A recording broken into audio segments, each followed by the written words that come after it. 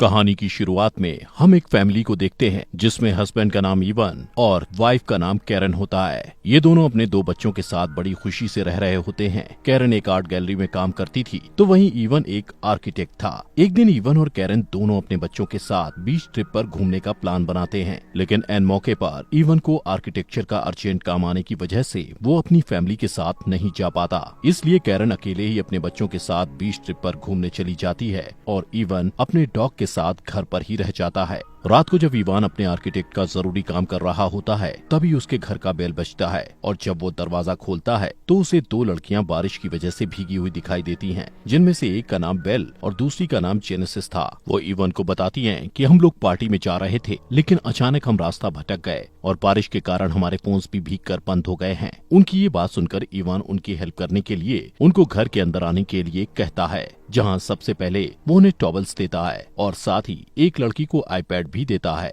ताकि वो अपने पार्टी का लोकेशन ढूंढ पाए। वो लड़की आईपैड पर सर्च करके देखती है कि उनकी पार्टी की लोकेशन यहाँ से बहुत दूर है, इसलिए इवान उन दोनों के लिए एक कैब बुक करता है जो 45 मिनट में यहाँ पहुँचने वाली थी। अब क्योंकि वो दोनों लड़कियाँ बारिश में काफी ज्यादा भीग चुकी थी, इसलिए वो इवान के घर का बाथरूम यूज करके फ्रेश होकर इवान के पास जाती है, जहाँ इवान उनके लिए कॉफी बना रहा था। इसके बाद इवान इनके साथ बैठकर बातें करने लगता है। इवान पूछता है कि तुम लोग क्या काम करते हो, जिस पर वो बताती हैं कि वो एयर होस्टेसेस हैं और अपने यात्रियों का बहुत ध्यान रखती हैं। इसके बाद वो इवान के पास जाकर अपनी एयर होस्टेस का काम दिखाने लगती हैं कि वो कैसे अपने एयर होस्टेस का काम करती हैं, लेकिन ऐसा करते हुए वो इवान को सिड्यूस करती हैं, जिससे इवान को थोड़ा अच्छा फील नहीं होता। इसलिए वो वहाँ से उठकर दूसरी कुर्सी पर जाकर बैठ जाता है। तभी इवान अपने मोबाइल पर चेक करता है, जिससे उसे पता चलता है कि कैब के यहाँ आने में अभी भी 20 मिनट बाकी है। इसके बाद वो दोनों लड़कियां इवान से उसकी वाइफ के बारे में पूछती हैं। इवान बताता है कि उसकी वाइफ एक आर्ट गैलरी के लिए पेंटिंग्स बनाती है। वो उन्हें अपनी वाइफ की पेंटिंग्स भी दिखाता है। ऐसे ही बातें करते करते वो दोनों इवान के बहुत ज्यादा करीब चली जाती हैं। इवान उनको इग्नोर करने की बार बार कोशिश करता है। इवान एक बार अपना मोबाइल चेक करता है। वो देखता है कि कैब के आने में अब सिर्फ 5 मिनट रह गए हैं, जिससे वो थोड़ा रिलैक्स फील करता है, क्योंकि उसे उन लड़कियों का बिहेवियर थोड़ा ठीक नहीं लग रहा था। वहीं कैब के आने से सिर्फ 2 मिनट पहले ही बेला और जेनेसिस इवान के वहां ना होने का फायदा उठाकर बाथरूम में चली जाती हैं। तभी इवान जल्दी से उनके कपड़े सुखाकर बाथरूम के पास जाकर उन्हें कहता है कि तुम्हारे कपड़े सूख चुके हैं और बाहर तुम लोगों की कैब भी आ गई है। लेकिन अंदर वो दोनों मजे से नहा रही होती हैं और इवान की बातों को इग्नोर कर रही होती हैं। इवान के बार बार कहने पर भी जब वो बाहर नहीं आती तो इवान अपनी आंखों पर हाथ रखकर उन्हें कपड़े देने के लिए बाथरूम के अंदर चला जाता है। लेकिन अंदर जाकर वो देखता है कि वो दोनों लड़कियां न्यूड होकर नहा रही होती हैं। तभी वो दोनों इवान को कहती हैं कि इवान तुम भी हमें ज्वाइन करो। इतना कहकर वो इवान से चिपकने लग जाती हैं, लेकिन इवान ऐसा नहीं करना चाहता था क्योंकि वो एक शादीशुदा था, इसलिए वो उनको इग्नोर करने की पूरी कोशिश करता है।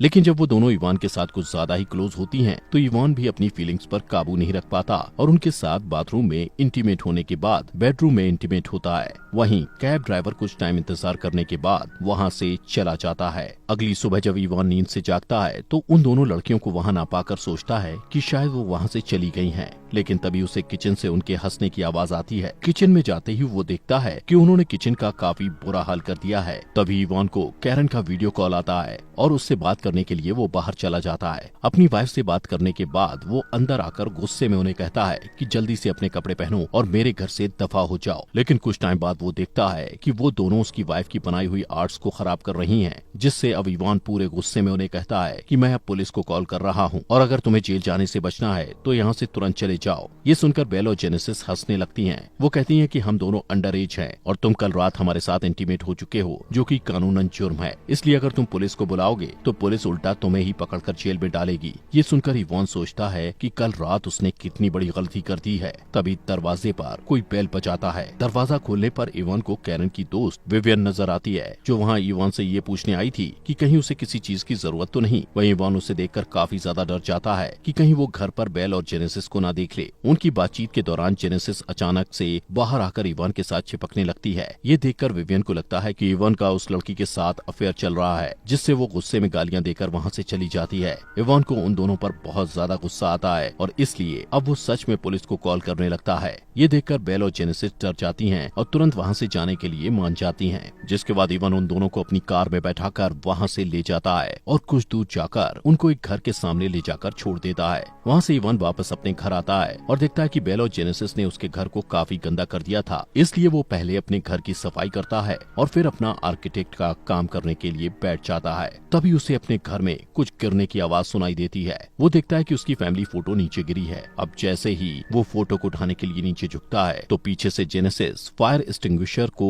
उसके सर पर मारकर उसे बेहोश कर देती है। कुछ टाइम बाद जब इवन को होश आता है तो वो खुद को रस्सियों से बेड पर बंधा हुआ पाता है। वो जेनेसिस को चिल्लाकर बोलता है कि मेरी रस्सियां खोलो, लेकिन वो उसकी एक नहीं सुनती। तभी बेल इवन की बेटी की स्कूल यूनिफॉर्म पहनकर वहां आती है और वो दोनों मिलकर इवन के कपड़े उतारने लगती हैं, लेकिन इवन उन्हें रोकने की पूरी कोशिश करता है। उसी समय इवन के फोन पर उसकी वाइफ कैरन का वीडियो कॉल आता है, जिससे जेनेसिस इवन को कहती है कि अगर तुम बेल के साथ इंटीमेट नहीं हुए तो हम दोनों तुम्हारे कपड़े उतारकर तुम्हारी वाइफ को वीडियो कॉल पर कहेंगे कि तुम हमारे साथ मजे कर रहे हो। ये देखकर इवन उनकी बात मान लेता है। इसके बाद बेल इवन के साथ इंटीमेट होने लगती है। वहीं जेनेसिस उन दोनों की रिकॉर्डिंग करने लग जाती है। थोड़ी देर बाद जब जेनेसिस कुछ खाने के लिए बाहर की तरफ जाती है तो इवन बेल के साथ इंटीमेट होते टाइम अपनी पूरी ताकत लगाकर अपने हाथ से रस्सियां खोल लेता है और बेल को धक्का देकर नीचे गिरा देता है। इसके बाद वो जेनेसिस के पास जाता है जो कुछ खा रही थी। जेनेसिस उसके इंजर्ड शोल्डर पर जोर से अटैक करके उसे फिर से बेहोश कर देती है। कुछ देर बाद इवन को होश आता है और वो खुद को एक चेयर से बंधा पाता है, जहाँ जेनेसिस और बेल उसके साथ एक क्विज गेम खेलने लगते हैं। कुछ समय बाद कैरन के साथ काम करने वाला एक वर्कर जिसका नाम लुइस था,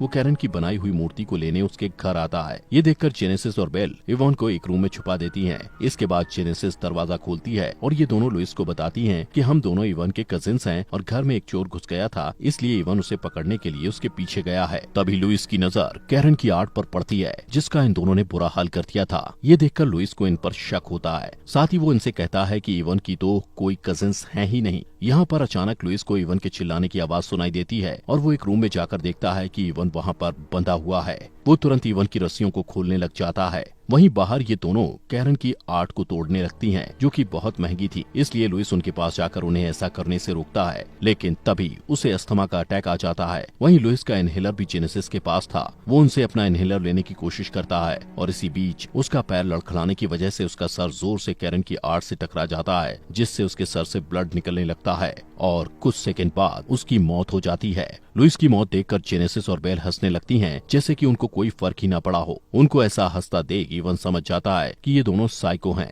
इसके बाद जेनेसिस और बेल लुइस की डेड बॉडी पर आर्ट कवर अप करके उसकी बॉडी को उसकी ही गाड़ी में रखाती हैं और वापस आकर लुइस और इवन के फोन से एक दूसरे को मैसेज करके ऐसा शो कराने की कोशिश करती हैं जैसे कैरन का लुइस के साथ अफेयर चल रहा हो। और उन दोनों के अफेयर के बारे में इवन को पता चला तो इवन ने गुस्से में लुइस का मर्डर कर दिया। इतना करने के बाद वो दोनों इवन को दफनाने के लिए घर के बाहर बैकयार्ड में एक बड़ा सा गड्ढा खोदती हैं। वहीं कुर्सी से बंधे हुए इवन किसी तरीके से आईपैड पर अपनी वाइफ कैरन को कॉल करने की ट्राई करता है, लेकिन तभी जेनेसिस बेला के साथ वहां आकर उससे आईपैड छीन लेती है और उस पर बहुत गुस्सा करती है, जिससे ये दोनों इवन के घर को पूरी तरह से खराब कर देती हैं और इवन के बाल काट कर उन्हें छोटा कर देती हैं। उसी रूम में जेनेसिस को इवन की छुपाई हुई एक गन मिलती है, जिससे वो बेल को इवन के हाथ पैर खोलने के लिए कहती है। जेनेसिस इवन को कहती है कि अब हम दोनों तुम्हारे साथ हाइड एंड सीक खेलेंगे और अगर तुम पकड़े गए तो तुम्हें शूट करके मार दिया जाएगा। इवन तुरंत घर में छिपने लगता है। वहीं जेनेसिस और बेल उसे ढूंढने लगते हैं। तभी इवन घर से भागने के लिए बाहर की तरफ जाने लगता है, लेकिन जेनेसिस उसके पास जाकर उसे ढूंढ लेती है। तभी इवन जोर जोर से चिल्लाकर मदद मांगने की कोशिश करता है, लेकिन जेनेसिस उसे गन पॉइंट पर चुप करवा देती है। यहाँ से सीन शिफ्ट होता है और हम मॉर्निंग में देखते हैं कि ये दोनों इवन को उस गड्ढे के पास ले जाकर उसे वहाँ दफना देते हैं, लेकिन ये इवन के सर को जमीन के बाहर रखते हैं। ये इवन को बताती हैं कि हम तुम्हें मारना नहीं चाहते थे, हम तो सिर्फ अपने मजे के लिए तुम्हारा इस्तेमाल कर रहे थे और हमें तुम्हें टॉर्चर करने में बहुत मजा आ रहा है। इसके बाद बेल इवन को उसके फोन पर वही वीडियो दिखाती है जिसमें वो इवन की बेटी की स्कूल यूनिफॉर्म पहनकर उसके साथ इंटीमेट हो रही थी और ये वीडियो जेनेसिस ने रिकॉर्ड किया था। अब इस वीडियो को बेल इवन की फेसबुक प्रोफाइल में अपलोड करके उस पर लिखती है कि हैप्पी फादर्स डे, ताकि सबको लगे कि ये वीडियो खुद इवन ने अपलोड की है। वो दोनों इवन को कहती हैं कि अब हमें एक नया शिकार करने जाना है और वहाँ से चली जाती हैं। वहीं इवन काफी मुश्किल से अपना हाथ बाहर निकालकर उस वीडियो को डिलीट करने की कोशिश करता है, लेकिन गलती से उसे डिलीट की जगह लाइक प्रेस हो जाता है। कुछ घंटों बाद जब कैरन अपने बच्चों के साथ घर आती है तो घर को तहस नहस हुआ देखकर उसको कुछ भी समझ नहीं आता। वो सोचती है कि उसके जाने के बाद इवन ने अपने दोस्तों के साथ खूब पार्टी की और इसी के साथ ये मूवी यहीं पर खत्म हो जाती है। मूवी के एंड में हमें इवन को नहीं दिखाया जाता कि आखिर वो बचा या नहीं, लेकिन दोस्तों आप आपके फॉक्स एक्सप्लेनर हिंदी चैनल को सब्सक्राइब जरूर करके जाना।